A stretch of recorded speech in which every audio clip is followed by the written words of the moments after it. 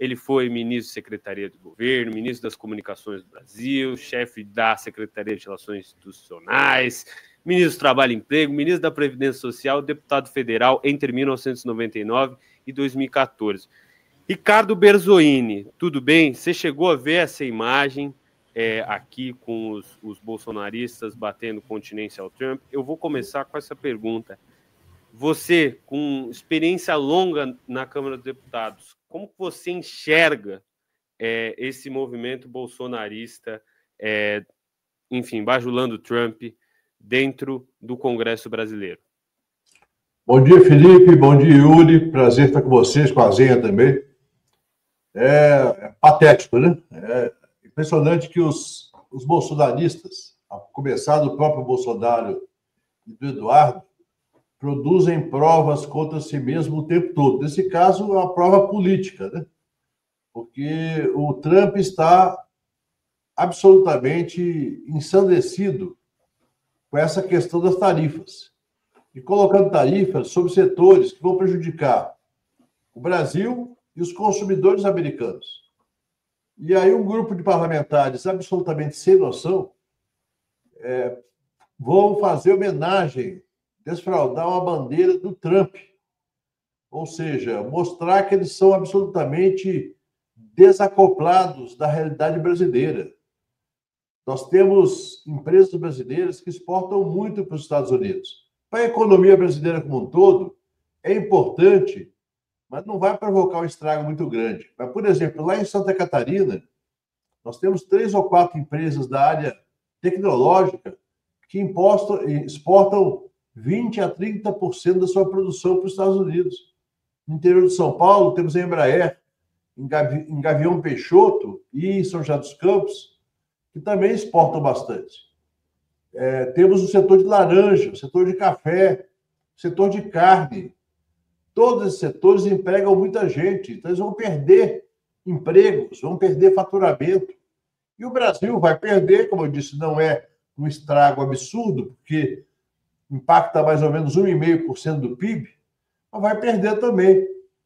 Então, nós temos deputados que estão trabalhando contra o Brasil, assim como Eduardo Bolsonaro está conspirando contra o Brasil.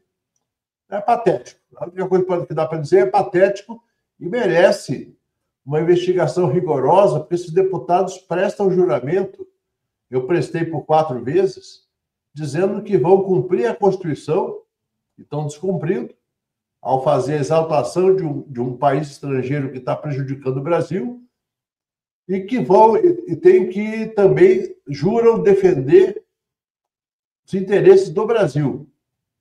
E claramente não há interesse nenhum do Brasil em promover uma confusão por conta do processo contra Jair Bolsonaro e os demais golpistas. Tá mutado, Azenha. Eu coloquei a foto maior, Yuri, só para esclarecer que aqui do lado esquerdo é o Sargento Farru, né? Segurando, e do lado direito é o Hélio Lopes, segurando a bandeira do Trump Make America Great Again. Agora todos os outros aqui sentados, aqui os outros deputados, né?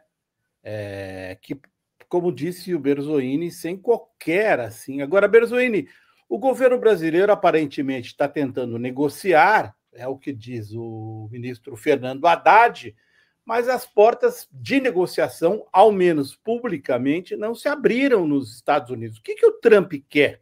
Ele quer deixar chegar 1º de agosto, as tarifas entrarem em vigor para depois negociar? Como que você está enxergando esse quadro e o que você sabe que a gente não sabe de bastidor?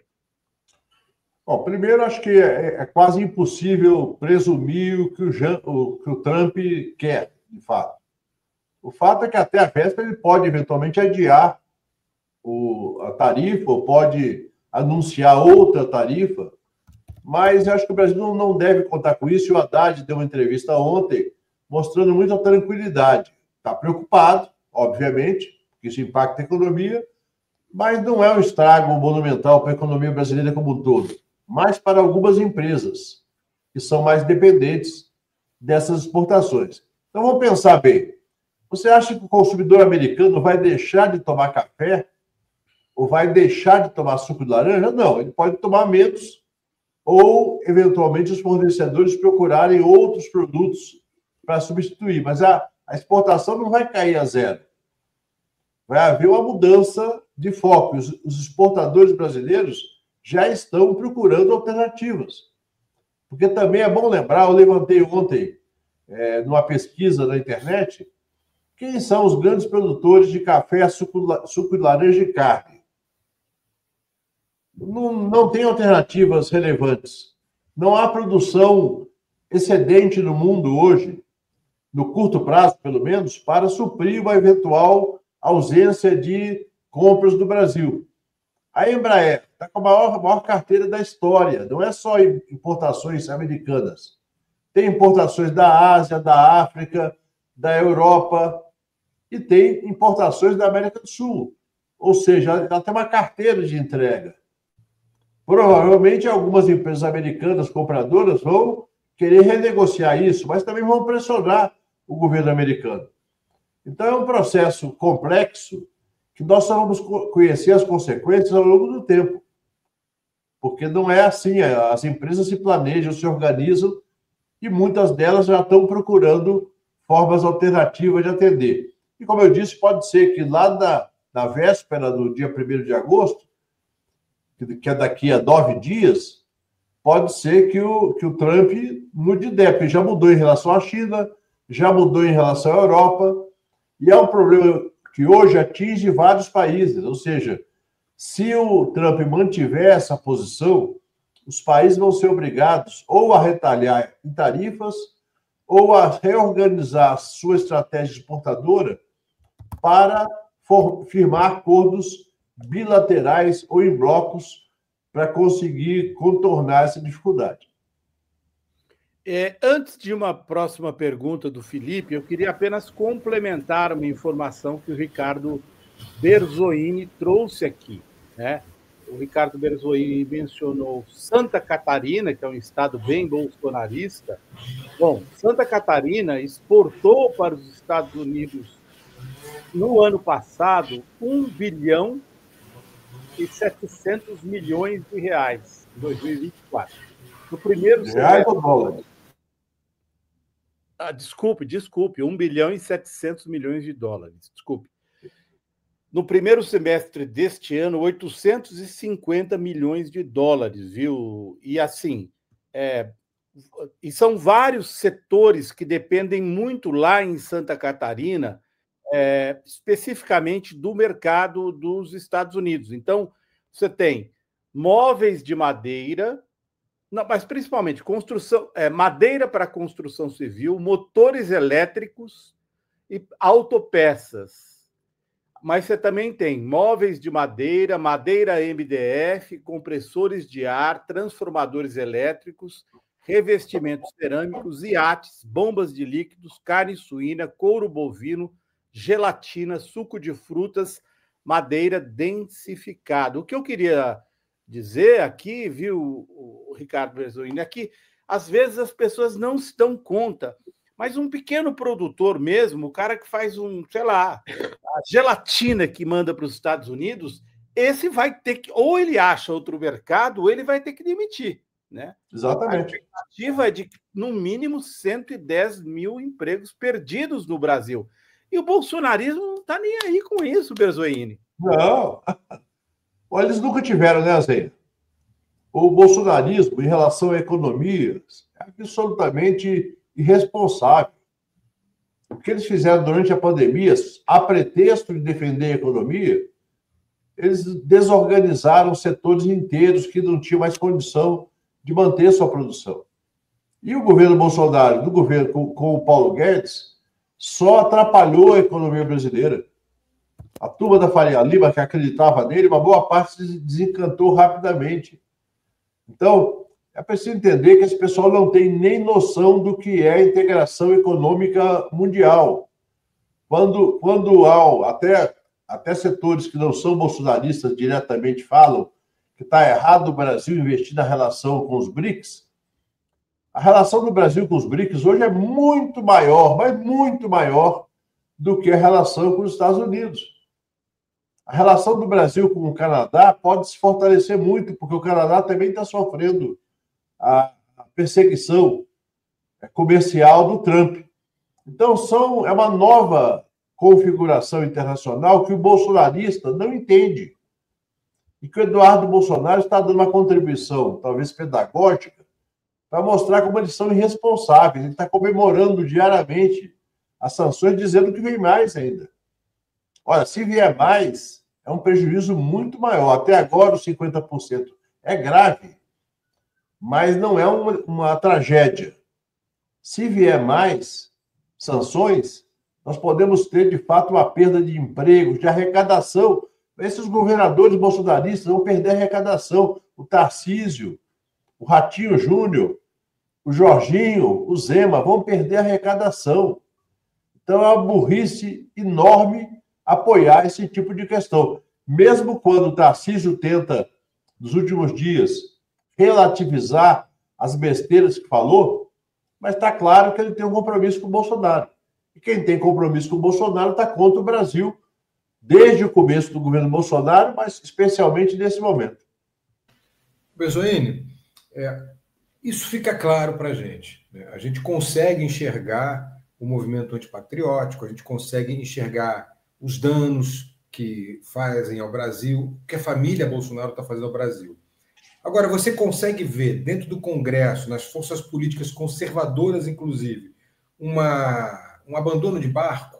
Eles estão pulando do barco bolsonarista? Você acha que isso ainda não está acontecendo? Que essa direita conservadora continua no barco desses entreguistas?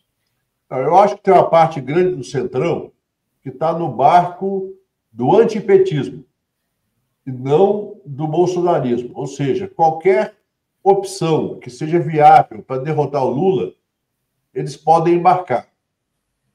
Isso pode variar de acordo com a popularidade do Lula com o passar dos próximos meses. Porque o governo tem muitas entregas para fazer. Inclusive, no aspecto econômico, eu sou crítico de várias políticas do governo, mas eu creio que a tendência no aspecto econômico é a inflação baixar e a taxa de juros poder começar a ser reduzida a partir de outubro, novembro, quem sabe dezembro, melhorando um pouco o ambiente econômico. Então, esse setor do Centrão que olha um pouco para a sua convicção política, um pouco para os seus interesses econômicos e um pouco para as próximas eleições, uma parte pode começar a perceber que apoiar o Lula pode ter vantagem eleitoral. Sem falar da franja do Centrão, que tem o Lula já. O Lula tem apoio do PSD, não do PSD, mas no PSD. Tem apoio no PP, também, volto a repetir, não é do PP. O presidente da Caixa Econômica Federal é do PP. Ele não está lá por acaso. Tem o apoio dos ministros do MDB, Jader, Renan e o Barbalho. O Jader Barbalho, o Renan Filho e a Simone Tebet. E tem apoios pontuais nos estados. Então, esse pessoal do Centrão, que não é bolsonarista, quem é bolsonarista mesmo hoje, é uma parte do PL, mais alguns deputados de outros partidos. Os demais estão de olho para ver o que vai acontecer, por exemplo, depois da prisão do Bolsonaro, porque é previsível que o Bolsonaro vai ser preso, ou preventivamente, ou condenado. Então, qual vai ser a reação da opinião pública? Porque uma parte não está nem aí para a democracia, mas outra parte, olha, ele foi preso, foi julgado, teve direito à defesa, e será condenado não porque o Alexandre de Moraes quer, mas porque ele tentou dar um golpe, tem provas fartas. Havia um plano para dar o golpe. Houve um plano desde 2021 para tentar estabelecer, jogar a opinião pública contra o Supremo. Ou seja, nós, quando o Lula foi preso, nós criticamos o Supremo, mas nunca tentamos dizer que tem que prender ministro, que não ia mais obedecer. É do jogo democrático, quando o Poder Judiciário decide alguma coisa, você tem que eventualmente contestar, mas saber que tem que aceitar. Então, esse é talvez o grande dilema desse bloco do Centrão não bolsonarista. que pode se aliar com a direita, com a extrema-direita, se for conveniente, mas pode também ficar numa outra posição. Eu não vou assistir isso aqui sozinho, não, viu? Vocês vão assistir comigo, que é o deputado Caveira, isso aqui é o Plínio Teodoro. Plínio Teodoro viu, Berzoini, é uma espécie de diretor de TV da gente. O Plínio Teodoro sempre nos abastecendo com o que está acontecendo nos últimos momentos. É o deputado Caveira tentando esconder aquela bandeira. E aí o deputado do PT, Rogério Corrêa, falando: não adianta não, Caveira, já era. Vamos ver o Caveira tentando esconder a bandeira do Trump. Se conseguem hoje. Lá está, ó. O Caveira foi para cima dos colegas. Tem que ter certeza. Se conseguem hoje. O Caveira notou que era um fora, catou a bandeira do Trump e botou em cima do ombro. Falou: tira isso daí. Mas a foto não dá para disfarçar a Caveira. Aí, Caveira. Não tem jeito, Caveira. Já está registrado. Isso aqui é eterno, né, Berzoini, Felipe? Exatamente. Assim como é bom lembrar, né, que o Bolsonaro, antes de tomar posse como presidente, bateu continência para a bandeira americana. Nenhum presidente pode bater continência para nenhuma bandeira, a não ser para a nossa.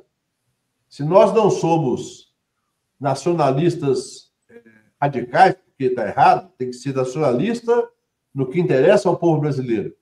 Mas nós sabemos que os símbolos da pátria são importantes para dar coesão nacional, para se entender qual é o interesse do povo brasileiro, do extremo sul até o extremo norte das cidades até a Amazônia. Ou seja, nós temos que entender o seguinte: o conceito de nação tem que ser, inclusive, ressaltado. Não de uma maneira boba e superficial, mas de uma maneira profunda. O que é o conceito de nação? O que é o conceito de Estado? O que é o conceito de democracia? Por que a Constituição brasileira ela estabelece claramente quais são os compromissos do Estado brasileiro com o bem-estar do povo? E assim por diante. Berzoini, eu queria lhe fazer... Berzoini, desculpa. Vai lá, Yuri. Deixa eu ir, Azenha, só para fazer uma pergunta. Tem muita gente comentando aqui no chat acerca do ministro do Supremo, Luiz Fux, e aproveitar o ensejo, Berzoini, que você acabou de falar que é possível criticar o Supremo Tribunal Federal, a Justiça, claro, dentro dos limites democráticos. E hoje, né, o Fux ele fez esse voto que divergiu da maioria da primeira turma, defendendo a liberdade de expressão de Jair Bolsonaro, ao se colocar contra as medidas restritivas que foram impostas pelo Alexandre de Moraes ao ex-presidente. E vale lembrar também, né, que o Trump, né, o Departamento de Estado dos Estados Unidos, o secretário de Estado Marco Rubio, tirou o Fux das sanções que foram aplicadas a todos os ministros do Supremo. As exceções são o Fux, o Mendonça e o Cássio Nunes Marques. Eu queria que você comentasse essa postura do Fux, inclusive à luz da postura dele na Lava Jato, etc., e como que você enxerga politicamente o comportamento do ministro do Supremo nesse julgamento do Bolsonaro. Bom, você se lembra que o Dallagnol cunhou aquela frase famosa: "In Fux we trust", ou seja, eles confiavam no Fux.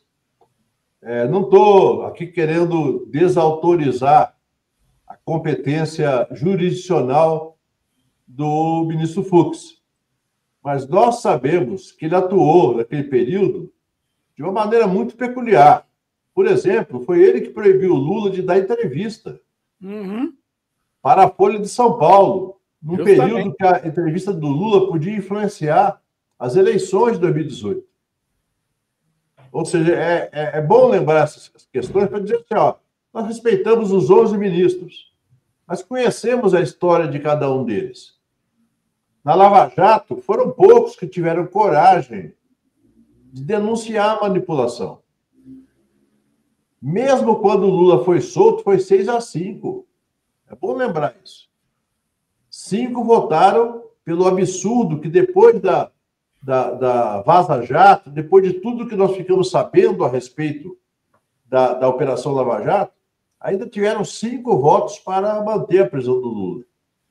Então, é bom a gente lembrar que o Fux tem um comportamento muito peculiar e já vinha dando sinais de que poderia, digamos, aliviar para o Bolsonaro.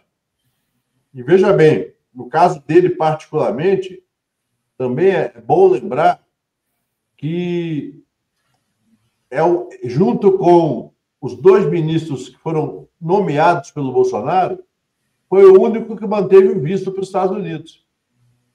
Por que será isso? É bom a gente pensar, né? Então, assim, é de fato constrangedor que ele tenha dado esse voto. Não há nenhuma impropriedade na decisão do Alexandre de Moraes, que foi referendada por mais 3 ministros. Ou seja, o Bolsonaro está fazendo de tudo para cavar uma prisão preventiva. Só não sei se é conscientemente ou não. Mas a atitude dele demonstra que ele não tem noção de que a situação dele já está bastante avançada e que ele já deu todas as demonstrações da sua incapacidade de construir até uma versão crível para a teoria de que não foi golpe, de que não houve golpe, que houve, na verdade, um tumulto, uma baderna, e não seria um golpe. Hoje nós sabemos, o Alexandre de Moraes, numa entrevista recente, ele descreve com minúcias qual foi a coordenação daquele movimento de quebra-quebra que visava criar um estado de aparente descontrole do governo recém-impossado para justificar uma intervenção militar, ou por GLO ou por outro instrumento, mas que tentava justificar um ambiente para um golpe para impedir o Lula de governar. Agradecer ao Décio Amádio, que nos diz: bom dia, o voto do Fux foi escrito diretamente pela defesa do Bozo. Eu não tenho provas, mas tenho muita convicção. Eu estou mais aqui, viu, para o lado da Lorene Sucupira. O Fux tem medo de alguma coisa. Alguém especulou que ele teria algum negócio nos Estados Unidos. Você sabe, nessa hora H, né, Berzoini, o povo faz muito cálculo. Não, o povo faz muito cálculo. Ah, não quero... Ah, eu queria que a minha filha estudasse nos Estados Unidos. E se eu perder o visto e, eventualmente, a minha filha... Sabe, infelizmente, até dentro do STF tem gente que faz esses cálculos aí. Claro. E eu queria só... Antes de fazer a pergunta a você, a próxima, é a seguinte, viu? Os nossos colegas do Intercept Brasil, viu, Berzoini, eles fizeram uma descoberta muito interessante.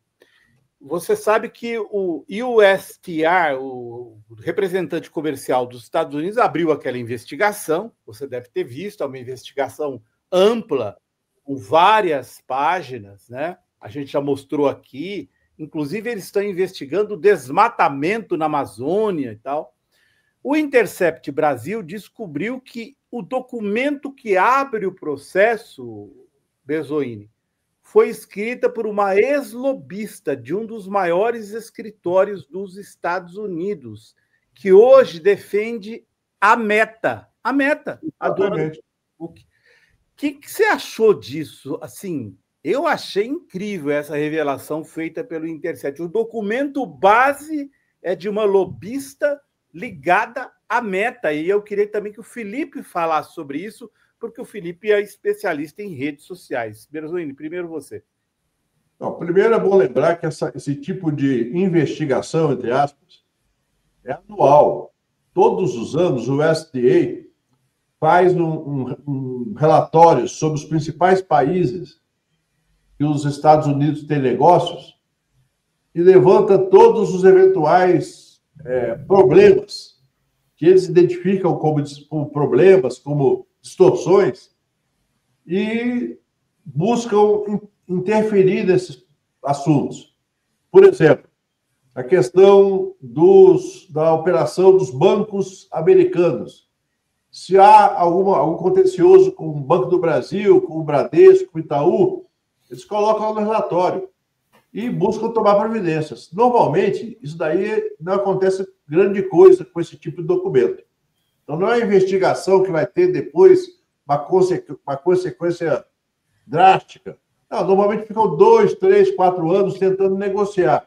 E o Brasil sempre responde esse tipo de documento. O Brasil, através da sua embaixada e dos seus especialistas em comércio exterior, ele faz a contestação daquilo que os Estados Unidos identificam. Mas essa pessoa que você falou, ela é uma conhecida lobista. E o foco principal da atenção, e aí o Felipe pode comentar melhor, é que hoje o grande instrumento do imperialismo americano são as Big Techs. Pelas Big Techs, eles ganham muito dinheiro, aumentam a dependência dos países em termos tecnológicos. Hoje, no Brasil, muitas empresas funcionam com aplicativos e sistemas do Google, sempre funcionaram com o sistema operacional da Microsoft, trabalham muitas vezes com a nuvem na Oracle e assim por diante. Então, o Brasil hoje, inclusive, é uma discussão que nós precisamos fazer com urgência, é preciso um investimento multibilionário numa infraestrutura tecnológica que nos livre dessa dependência. A China e a Rússia já fizeram isso. O Brasil, infelizmente, continua, assim como boa parte da América Latina, da Europa, dependendo das Big Techs norte-americanas. É um perigo isso, porque a qualquer momento eles podem parar a nossa economia. A qualquer momento eles podem sabotar o interesse nacional. Então, essa lobista da Meta certamente está atendendo os interesses daqueles que estavam ao lado do Trump na posse. O Zuckerberg, o Elon Musk, que já brigou, o pessoal das grandes fabricantes de chips norte-americanas, que tem interesse num governo Trump que seja absolutamente complacente em relação ao abuso de poder financeiro e tecnológico das Big Techs. O nome dela é Catherine Gibson. Felipe. O Berzoini, que é um sujeito muito bem informado, já deu a resposta. É exatamente isso. As Big Techs são um novo instrumento do imperialismo americano. É um instrumento de vanguarda. E eu diria, complementando, que é muito mais perigoso do que tanques, canhões e bombas. As Big Techs, elas atuam de uma forma muito mais danosa, porque a qualquer momento elas podem acabar com a economia de um país. A gente falou há pouco sobre as bandeiras de cartão de crédito. Já tínhamos falado sobre o SWIFT. E a Rússia só não faliu, a Rússia só não foi à bancarrota porque existia um sistema alternativo. E a China tem um sistema alternativo. Se não fosse por isso, sem o SWIFT, ela não faria negócios internacionais. Mas é muito pior. É muito pior.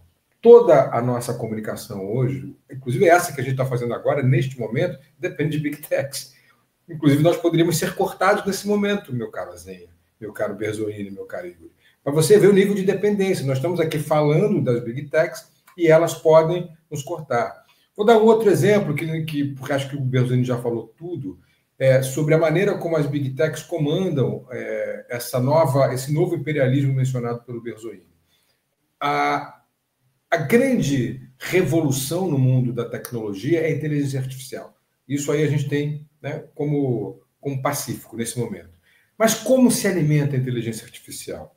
Isso é pouco discutido, porque quando você pergunta alguma coisa ao chat GPT, por exemplo, ele vai buscar na rede as informações que vão basear aquela resposta. E as informações que estão mais disponíveis são aquelas que ele busca. Então, por exemplo, a gente sabe aqui que o maior anunciante da Meta semanalmente não é o governo federal, não é uma empresa multinacional. Aqui no Brasil, é o Brasil Paralelo.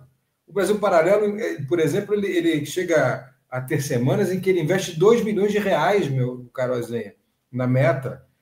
O que isso significa? Que quando a inteligência artificial for buscar uma informação, provavelmente uma informação dada pelo Brasil Paralelo vai ser jogada no chat GPT, quando o Yuri perguntar ao chat GPT o que é uma coisa. E, por exemplo, eu posso dar mais um exemplo. O Brasil Paralelo é aquele tipo de aspas, meio de comunicação, que faz um documentário dizendo que os negros foram os maiores beneficiários da escravidão, porque tiveram uma vida melhor como escravos do que tinham na África.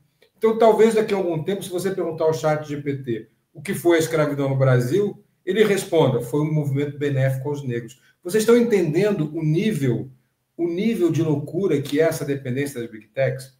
Não é só na questão imperialista econômica, que é gravíssima, mas também na questão de reescrever a história, na questão comunicacional, na questão cultural. Hoje, na Espanha, estão abrindo nesse momento, a Suprema Corte Espanhola decide pela abertura dos arquivos de Franco, os arquivos pré-1975, meu caro Azenha, porque se tentou recontar, o Vox na Espanha tenta recontar a história espanhola da ditadura, como Bolsonaro tentou fazer. O que dizer de uma inteligência artificial que se alimenta de quem defende a ditadura?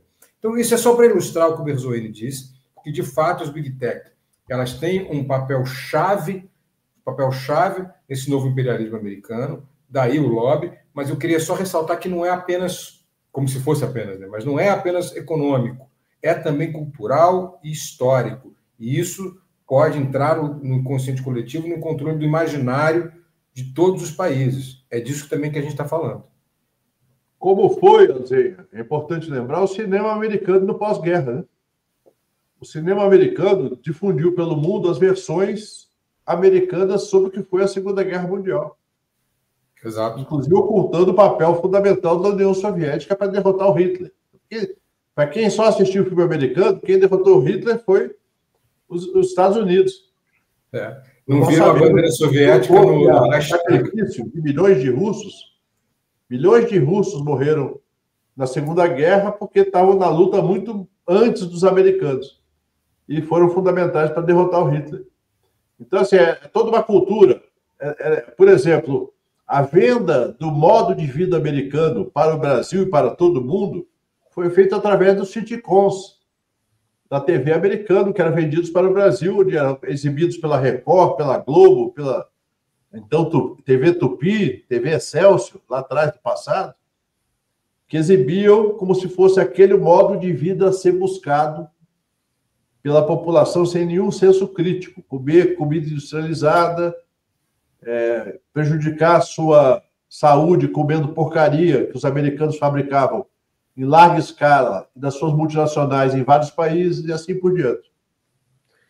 É verdade, eu tive uma experiência recente, Berzoini, que foi poder visitar o Irã, e o que mais me chamou a atenção no Irã foi a soberania iraniana, independentemente de críticas eventuais ao governo, à República Islâmica, a uma teocracia, mas a soberania na produção de cinema, audiovisual, suas próprias armas. Então, ele foi obrigado, o Irã foi forçado a desenvolver. Agora está todo esse auê aí, né, Felipe, Yuri e Berzoini, em cima dos ministros não poderem mais ir para os Estados Unidos. E o Barroso falou, vamos ver o que o Barroso falou sobre o fato dele não ter mais visto, Yuri. Ainda temos Paris? Não, eu nunca disse sempre. Opa, tem que tirar do vídeo que está lá, né, tirar do palco para poder subir aqui o Barroso. Trato esse assunto com... Se é verdade que ainda temos Paris? Não, eu nunca disse sempre haverá Paris. Eu trato esse assunto com importância e com seriedade, mas ainda não é hora de comentá-lo. Presidente, os ministros vão recorrer individualmente, o senhor já tem notícia disso?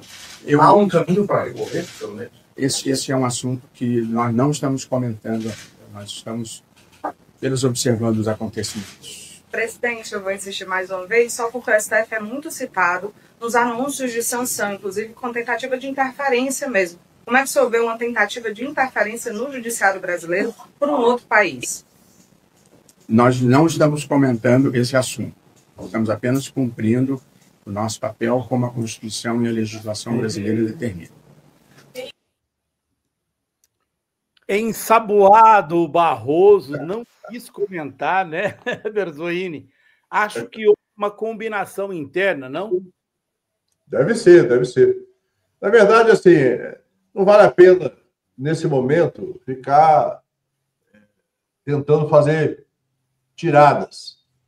Acho que o Supremo tem que manter esse papel. Mas devia manter mais esse papel de não falar pelos cotovelos. O papel dos ministros não é falar com a imprensa prioritariamente, é julgar de maneira correta, manter a confiança do país na Suprema Corte e em todo o judiciário.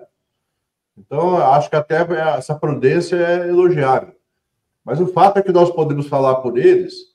É claro que todo mundo pode querer, ter vontade de ir aos Estados Unidos, mas é muita arrogância, né, do Trump e do governo Trump querer achar que o visto americano é um grande problema para as pessoas. As pessoas podem visitar inúmeros países, podem conhecer melhor a China, podem conhecer a África, que tem tantos locais importantes na África, conhecer mais ainda a Europa, a América do Sul.